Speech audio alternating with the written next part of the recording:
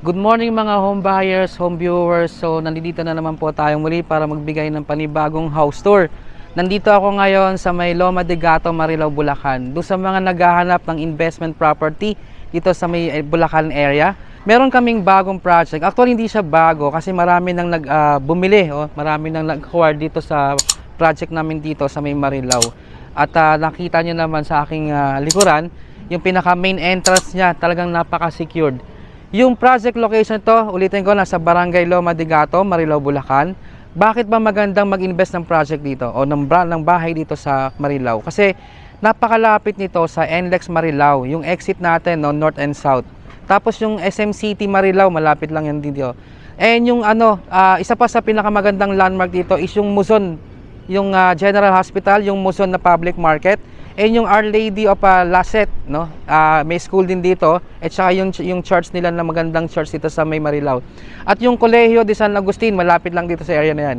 Yung nakikita nyo sa aking likuran, ito yung pinaka main entrance ng ating subdivision. Meron tayo ditong mga amenities tulad ng clubhouse, swimming pool, basketball court, at yung play parks nila and playground. So meron kaming mga ino-offer dito, 4 na variant na unit na I'm sure na magugustuhan nyo dahil napakaganda and modern, contemporary house design yung ino-offer natin dito. Nandito yung ating Aria model unit at yung ating Amara model unit, ay yung Alexandra unit at yung Kayla na unit. So meron tayong 4 na variant na pagpipilian.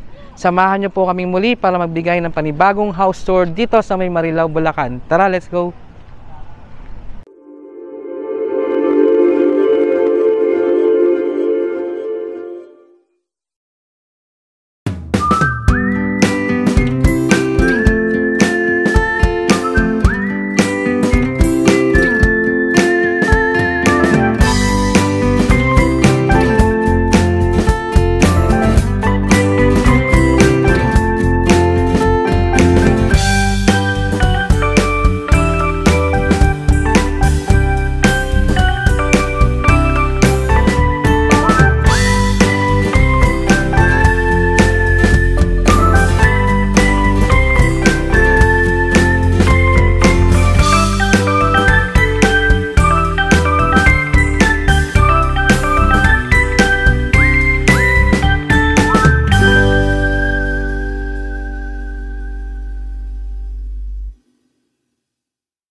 So mapapansin nyo yung ating main entrance, secured na talagang secured yung ating area. At yung lapit lang ng project na ito dito sa may pinaka main road, na Villa Rica Road. Kung natatandaan nyo o kung kabisado nyo yung Muson area, dito yung Muson Market At saka yung Lazaret na church o yung simbahan ng Lazaret. So ito yung pinaka main entrance natin. Kung mapapansin nyo sa loob, ang dami ng mga na-construct na bahay. Actually, kukunti na lang yung available namin dito and then meron kaming 4 na ready for occupancy at yung bubuksan nating bago doon sa isang phase na mga pre-selling. Tara, samahan nyo ako.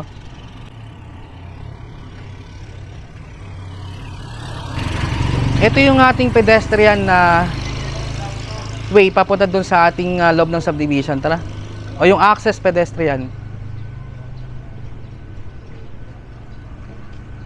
So mapapansin nyo yung pinaka main entrance pa lang natin develop na. Hanggang sa dulo po yan. Tapos yung mga model unit natin na makikita natin doon sa area na yon. Ando dito yung pinaka main office natin, sa sales office natin. So dito sa side na yan. Tara, tingnan natin yung mga model unit.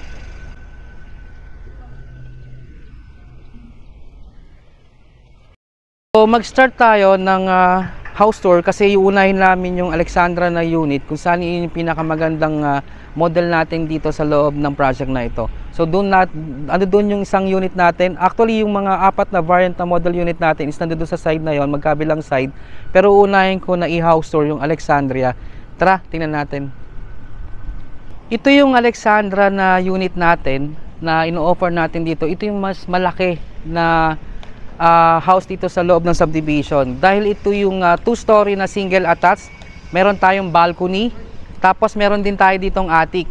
Alam nyo ba na itong unit ni Alexandra, meron tong 5 bedrooms, 3 toilet and bath, at yung isang carport natin. Yung lot area nito is nasa 130 square meter. Ang floor area nito ay nasa 174 square meter. Tara, i-check na natin yung buong unit para makita natin kung gaano kaganda yung Alexandra model unit dito sa loob ng subdivision na to. Tara, let's go!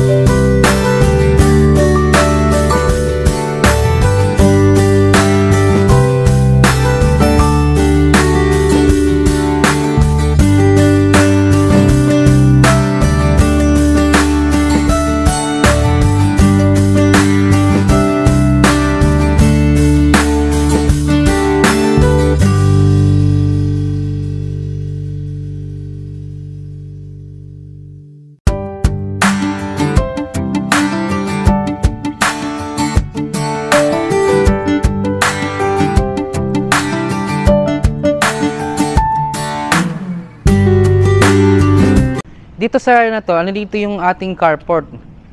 So makita nyo, meron pa tayong space dito na pwede natin gamitin as pocket garden. Tapos doon sa likod na yon, pwede tayong maglagay dito ng mga small table o small tsaka yung mga chairs para magamit natin itong tambayan. Kasi medyo malaki pa yung space. O pwede ka na rin magdalagdag ng mga halaman para dito sa area na to.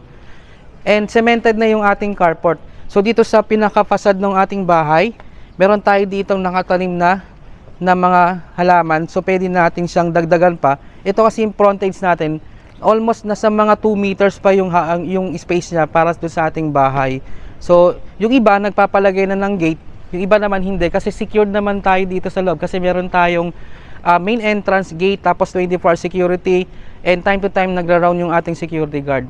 So check natin yung loob ng bahay. Pero bago ako pumasok pala, nandito yung setback niya sa gilid.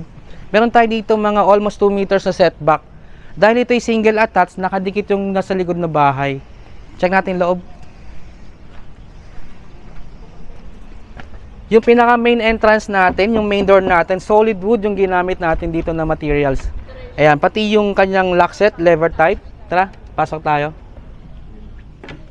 Wow, ganda nung house ah. So, nandito tayo ngayon sa pinaka living area niya. Ang laki ng space, kasi ang laki ng lot size nito. So, dito sa side na to, nandito yung ating sliding na window, na dalawang panel siya. And then, another slide window po dito sa side. Yung ceiling natin, flat ceiling siya, no? And ito, ang ganda nung nilagay din nila na sofa. Dahil ito'y dress up na unit, yung turnover namin ito, wala lang siyang gamit, pero fitted yung ating turnover. Depende kung anong mga sofa yung pwede mong ilagay, kasi ito medyo okay naman siya, maganda. Tapos meron tayo dong maliit na table. And maganda dito, meron ka ditong parang pinaka-office space. So dito yung ating toilet and bath sa ground floor. Pakita mo, kumpleto naman na yung ating toilet and bath. At saka yung combination ng tiles niya, ang ganda. Dito pwede ka maglagay ng partition na glass type. Pwedeng hub o pwedeng sliding.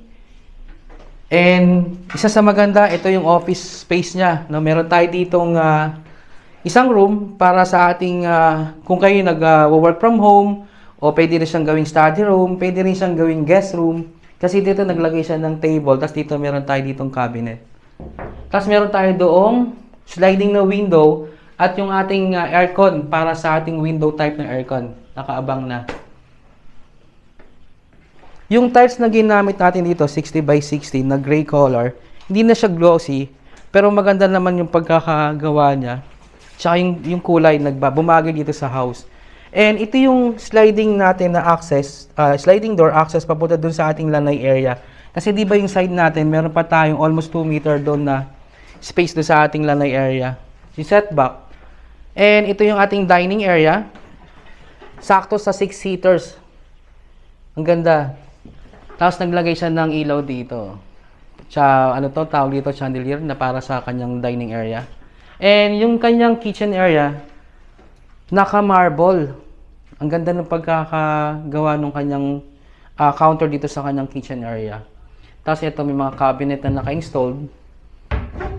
Dalawa yung sink na ginamit natin dito. Tapos naglagay siya ng divider. And ito yung space natin para sa ating refrigerator. Tapos, mas maganda dito sa unit na to, kung kayo may mga maids, no? O kaya elderly, pwede rin siyang elderly. Kasi yung isang room naman natin dun sa kabila, pwede naman natin gamitin guest room yun o pang elderly. And kung wala naman kayong elderly, pwede naman siyang gawing office.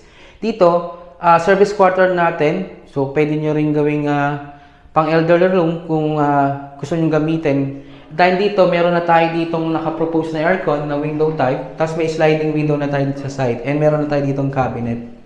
Yung ilalim ng stairs natin, meron pa tayong space dito na pwede gawing stock room. Ayan, check naman natin yung ating second room. Yung ating second floor para makita natin yung mga room doon sa kanyang second floor. Ito pala yung kanyang mga electrical main switch. Puro modern na yung ginamit natin dito. Tara, check natin yung itaas. Yung ating stairs na materials na ginamit, like ito, tubular to na 2x2, tapos ito 1x1. Solid naman, no? Ang ganda, tsaka ang tibay, makita nyo. And yung steps na ginamit natin is a solid wood. Pangmatagalan talaga siya. And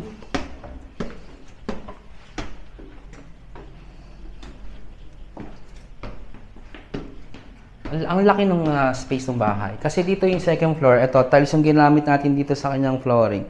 So, unahin ko muna itong first room dito sa aking kanan. Yung first room natin, ito yung ganda ng kulay na ginamit niya dito. Dark blue. So, dito, meron tayo ditong sliding na window.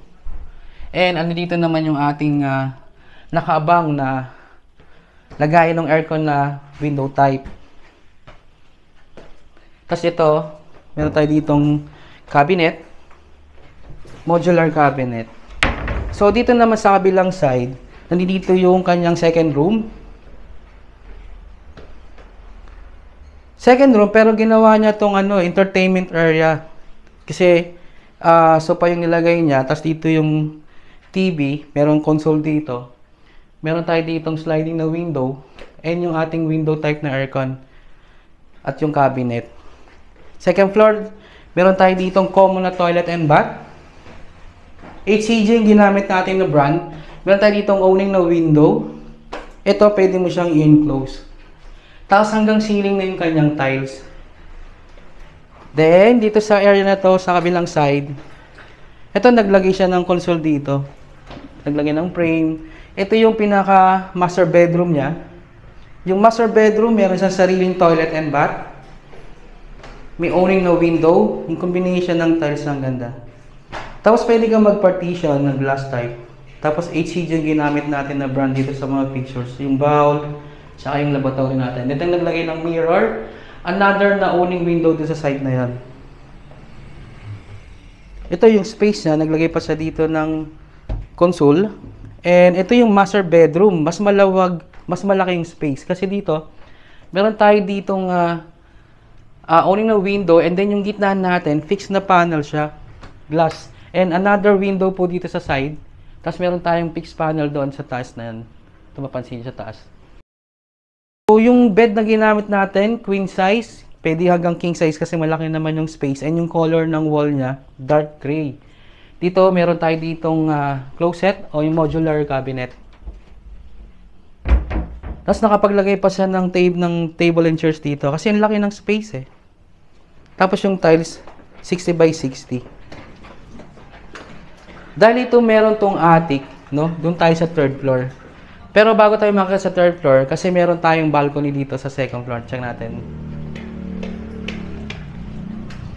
Ang lawak ng balcony. Tambayan, no? Pwede kayong kasi mahangin eh. Ayun yung develop ng area natin, no? Ang dami ng mga house na kino-construct.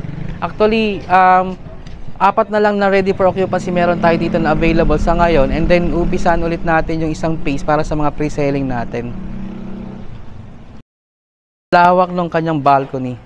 Tara, check naman natin yung pinaka attic niya. Kasi ito, maganda rito, ito may space pa tayo sa kanyang attic.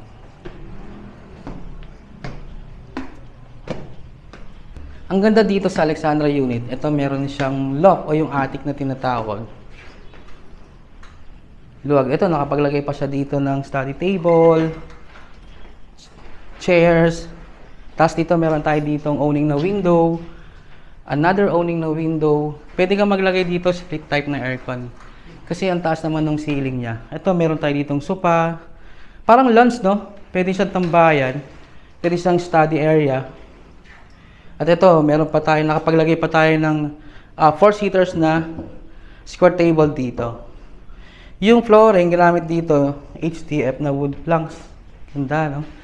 So, yun, no? Kung nagustuhan nyo yung unit na ito, na Alexandria, andyan yung aming contact number dyan sa baba. So, pwede tayong mag-schedule ng tripping, dahil napakagandang projects nito. So, kung bago ka pala sa aming channel, huwag niyo pong kalimutan na mag-like, mag-subscribe, pa-share na rin po ng aming mga video, and don't forget po, pa-hit yung notification bell natin para lagi kayong updated sa mga bago naming house tour video. Actually, meron pa kaming 3 model unit na i-house tour dito sa Bulacan area, dito sa project natin na ito. Ayan, so thank you so much and see you on my next video. Bye!